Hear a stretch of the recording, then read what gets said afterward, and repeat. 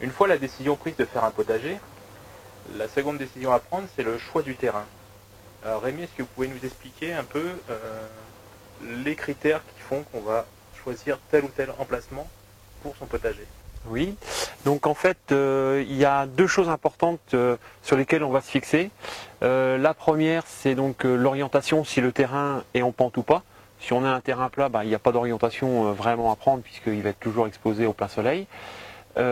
S'il est en pente, par contre, on va essayer de l'orienter au maximum vers le sud, sud-ouest, pour qu'il bénéficie d'un maximum d'ensoleillement et donc qu'il se réchauffe beaucoup plus.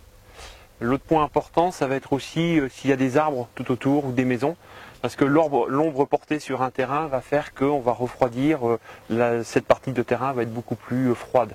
Donc il faut éviter de mettre le potager au pied d'une façade, par exemple, de maison. Sauf si elle est plein sud. Oui. Là, on va au contraire bénéficier du rayonnement du mur qui va au contraire pouvoir réchauffer encore plus le sol et les légumes qui vont pousser sur le sol.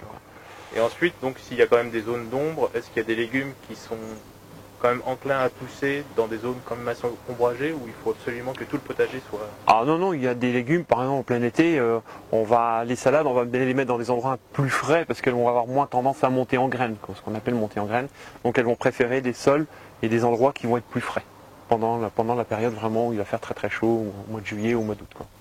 Et ensuite, sur la qualité du terrain, est-ce qu'il y a sur une parcelle de terrain différents types de terre que l'on peut trouver, ou est-ce que généralement sur un terrain, la terre est équilibrée? Oh, il y a beaucoup de sortes de terres différentes. Oui, alors, sur un terrain qu'on aurait, pour lequel on veut réserver une parcelle de potager, est-ce qu'il faut quand même essayer de tester la terre à différents endroits du terrain? Oui, on peut, si on fait vraiment une grande parcelle, parce que là, dans ce cas, on peut vraiment avoir des différences de sol. Des sols, des endroits qui vont peut-être coller, des autres qui vont être très humides parce qu'il peut y avoir une source qui va arriver. Donc ça, oui, on va pouvoir faire attention à tout ça. Mais bon, sauf si on fait quelques hectares de jardin, ce qui m'étonnerait, dans un jardin qui fait comme ici à peu près 150 mètres carrés. Donc là, normalement, on ne doit pas avoir beaucoup de différence de sol. Voilà. Justement, en parlant de surface, est-ce qu'il y a une surface minimale pour faire un potager, ou est-ce qu'on peut faire un potager de 10 mètres carrés? C'est, à mon avis, la surface du potager idéal, c'est la surface qui nous fait plaisir. Ouais. Voilà. Après, chacun voit ce qu'il veut et ce qu'il a envie, mais ça peut, c'est vrai, aller de 10 mètres carrés, si on a envie de faire pousser 2-3 salades et quelques pieds de tomates, à des gens qui font 1000 mètres carrés de potager. Donc là, oui, c'est déjà des très beaux potagers. Voilà. Donc pour résumer, l'orientation.